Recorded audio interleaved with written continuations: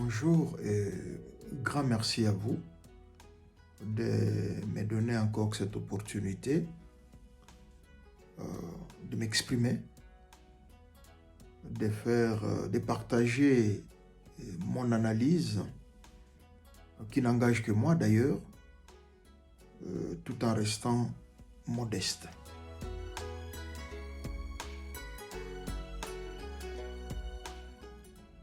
Si nous devons commenter l'actualité politique à ces jours,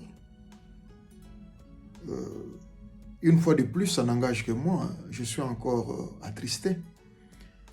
Attristé parce que toutes les discussions de l'heure, les engagements, les arrangements, je dirais les tractations, vous regarderez, sont d'ordre, je dirais, égoïste, personnel.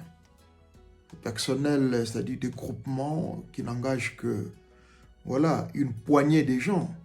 Ceux-là s'organisent pour conserver les pouvoirs. Ceux-là s'organisent pour prendre les pouvoirs. Ceux-là s'organisent pour accéder, mais rien, alors rien de concret sur, je dirais, les pays, sur le grand peuple, sur le souverain primaire. J'aurais souhaité voir la classe politique se réunir pour un projet social, pour un projet, je dirais, républicain. Tout ce que je vois sont des projets sectoriels et encore politiques. Malheureusement, ils sont libres. Je n'ai pas de leçons à donner à qui que ce soit.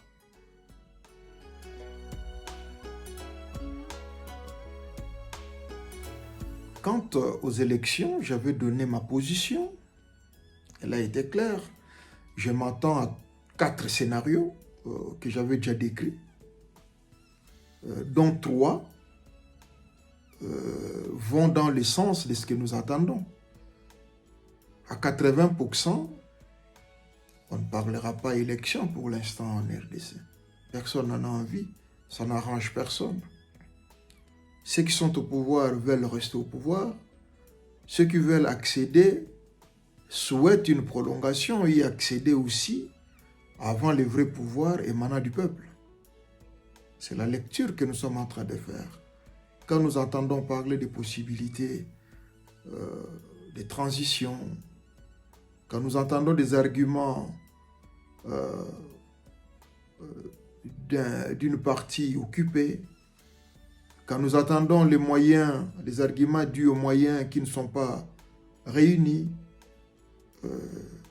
tout nous laisse croire que, voilà, on tend vers un compromis.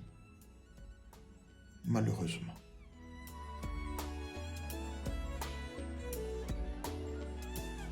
Oui, le pouvoir s'organise pour pérenniser les pouvoirs, ça c'est clair. Au détriment d'ailleurs de l'opposition, et ce n'est pas seulement la situation actuelle. L'opposition, d'après l'histoire, se montre toujours affaiblie. Affaiblie. Et à cela, il faut réfléchir par quels moyens, outre les moyens sales, c'est-à-dire recourir aux armes pour tuer son propre peuple, il faut réfléchir sur des moyens propres. Et pour que ces moyens propres, là une fois de plus, c'est moi qui parle en tant qu'individu, sans engager qui que ce soit, sans non plus déclarer une certaine extravagance ou une certaine supériorité dans la réflexion, tout en restant modeste, tel que je l'ai dit. Je pense que l'opposition pourrait augmenter ses chances de réussir quand c'est crédibilisant. Ce n'est pas des opposants qui quittent de gauche à droite, de droite à gauche, qui font des alliances circonstancielles, au détriment même de leurs fondements et de leurs idéologies. Et d'où une difficulté que nous avons à avancer, parce que beaucoup de nos acteurs politiques et des partis politiques se mettent ensemble, de fonds différents, c'est-à-dire de par leur idéologie, d'ailleurs qu'on ne connaît déjà pas trop, à gauche ou à droite, au centre, à l'extrême, on ne sait pas, mais qui, au nom du pouvoir, se retrouvent ensemble pour gouverner. C'est ce que moi j'appelle, des alliances circonstancielles. Ces alliances se font, mais pour quel résultat? Voilà.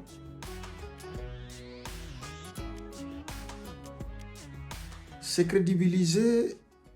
Je vais donner une proposition. C'est une simple proposition à prendre ou à laisser. Comme je l'ai dit, je n'ai pas le monopole de la connaissance. Mais je pense qu'il y aura un peu d'ordre, il y aura un peu de crédibilité, il y aura un peu d'assurance, si et seulement si on connaît la ligne, les personnes, c'est-à-dire les animateurs, les fonds et la forme en fait. Et c'est ce que je voudrais moi matérialiser par la mise en place d'un gouvernement fantôme. Simplement, ça donnerait le choix au peuple de savoir si réellement le pouvoir ayant l'impérium a tort ou a raison, et de voir la capacité, je dirais la compétence aussi, les compétences qu'il y aura dans l'opposition pour pouvoir assurer l'alternance. Connaissant leur vision, leur action, leurs pensées et les personnes. Au moins le peuple saura, si ce n'est pas X, ça serait Y. Et ça éviterait de tomber dans le piège de déshabiller Saint-Pierre pour habiller Saint-Paul.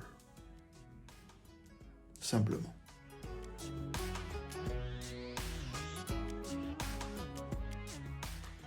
Oui, pour parler de l'écho du gouverneur, le magazine fait son chemin. Il n'y a pas que Kinshasa qui est visé, et il n'y a pas que des critiques. Il y a aussi des éloges. Ce qui est bien, pourquoi critiquer? Dans tout cela, avec ces magazines, l'idée, c'est de booster l'éveil de la société civile. C'est de booster le développement et la gestion des proximités. Vous savez, ça pourrait vous choquer. Une fois de plus, c'est moi. Je vous dirais par exemple dans le Grand Bandundu, le dernier gouverneur que j'ai connu moi, vous serez choqués, il s'appelle le professeur Payanzo. Le dernier que j'ai connu, que j'ai vu. Dès lors, il y a des gouverneurs qui passent. J'ai entendu les noms, mais je n'ai jamais vu la personne. Le gouverneur Larousse. Et là encore, c'est parce qu'il y avait certaines célébrités et qui ont fait que l'attention soit tirée. Mais quel bilan, quelle action,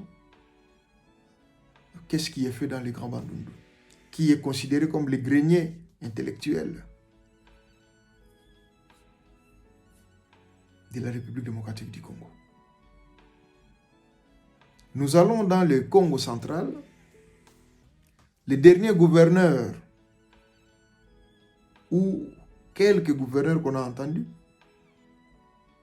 le professeur Mbachi Mbacha,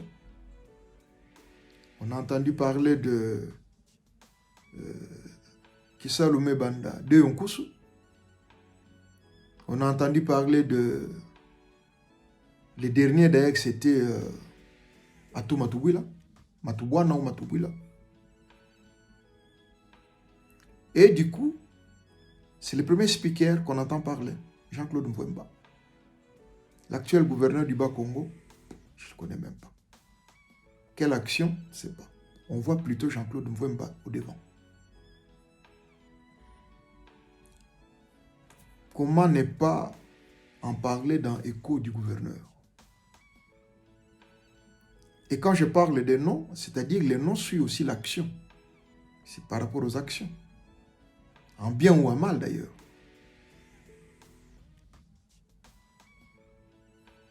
Allez-y comprendre. La douleur qui est la nôtre. La honte qui est la nôtre. Et il y a beaucoup de provinces comme ça, là, je n'ai pas encore cité. Même vous allez au Katanga. Les derniers noms qui circulaient, c'était, je crois, Kazembe. Et à ce jour, on ne sait pas. Et il y a plusieurs provinces comme ça. Hein? Au Kasaï, c'était Denis Gambaye, je crois. Et puis Ngoï Kassanji, les derniers noms qu'on a entendus. En action et en personnalité. Nos représentants. Nous vous attendons en action.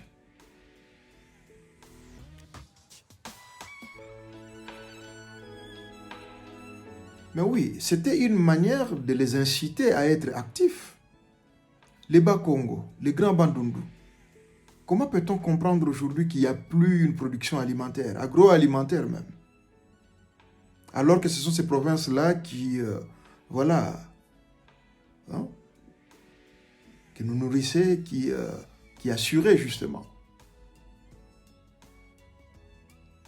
Comment? Après, vous direz qu'on ne fait qu'attaquer le gouverneur législatif ou l'exécutif. Faites-vous compétitif, monsieur le gouverneur. Montrez-nous qu'est-ce que vous apportez dans la République. Tout le monde parle de la péréquation. Oui, c'est une bonne chose, la péréquation. Ah non, on n'a pas droit, il y a ceci, il y a cela. Mais qu'est-ce que vous amenez de plus? Vous comprendrez qu'aujourd'hui, la richesse, ce n'est plus que le sous-sol. Il faut participer aussi autrement. Il faut ce qu'on dit, il faut diversifier l'économie.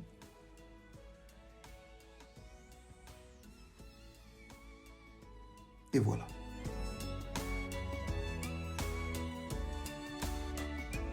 J'encourage quand même les gens à aller s'enrôler. C'est un devoir citoyen, en même temps c'est un droit. Mais il faut savoir quand vous enrôlez, quand vous avez votre carte d'électeur, ce que cela signifie. Il faut que vous compreniez c'est quoi être souverain primaire et c'est quoi être détenteur du pouvoir. Ce n'est pas seulement vous enrôler avec une carte, faire des éloges de ceux-là que vous accompagnez, mais c'est le symbole du pouvoir et du vrai pouvoir d'ailleurs. Je vous encourage à aller vous enrôler tout en prenant conscience de ces gestes à fond que cela signifie. Simplement.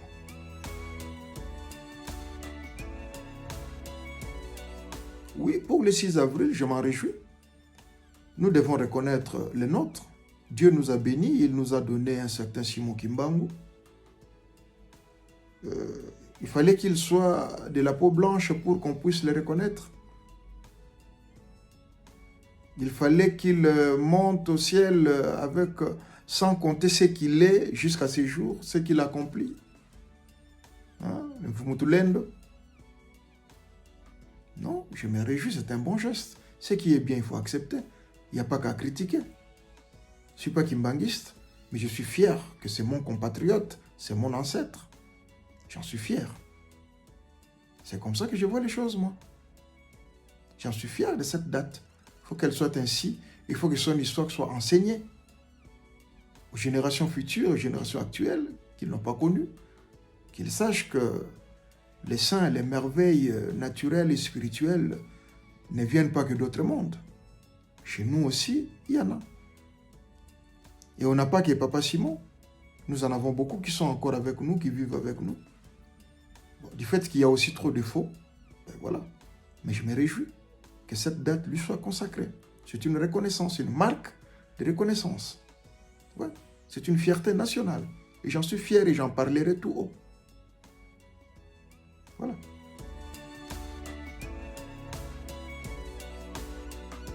Oui, comme on a dit, à l'extérieur, nous sommes l'église au milieu du village. Hein. Il y a un programme prévu, il y aura un ballet politique où nous allons organiser des tables rondes, des conférences avec tous les acteurs politiques de tous bords de notre pays qui sont ici à l'extérieur ou qui veulent y aller. Question aussi d'élaborer une stratégie en tant que corps, en tant que diaspora, et en même temps les écouter aussi en tant que secteur, selon leur parti, et voir comment est-ce que la collaboration peut être faite, et comment est-ce que les liens, ce qu'on a toujours, je ne dirais pas loupé, pour lesquels on s'est toujours battu, comment formaliser ça, comment les matérialiser, les mettre en pratique. Donc, vous aurez les informations qui vont suivre.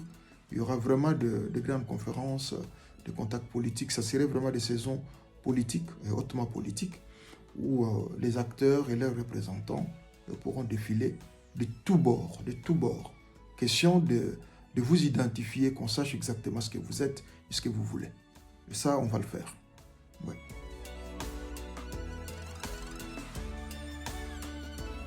Non, vous remercier sinon pour votre passage. Je sais que ces derniers temps, tout le monde est un peu pris, mais c'est très aimable de votre part d'avoir voulu nous accorder cet espace et ces moments pour qu'on puisse voilà, faire évoluer et avancer les choses. Sinon, c'est moi qui vous remercie.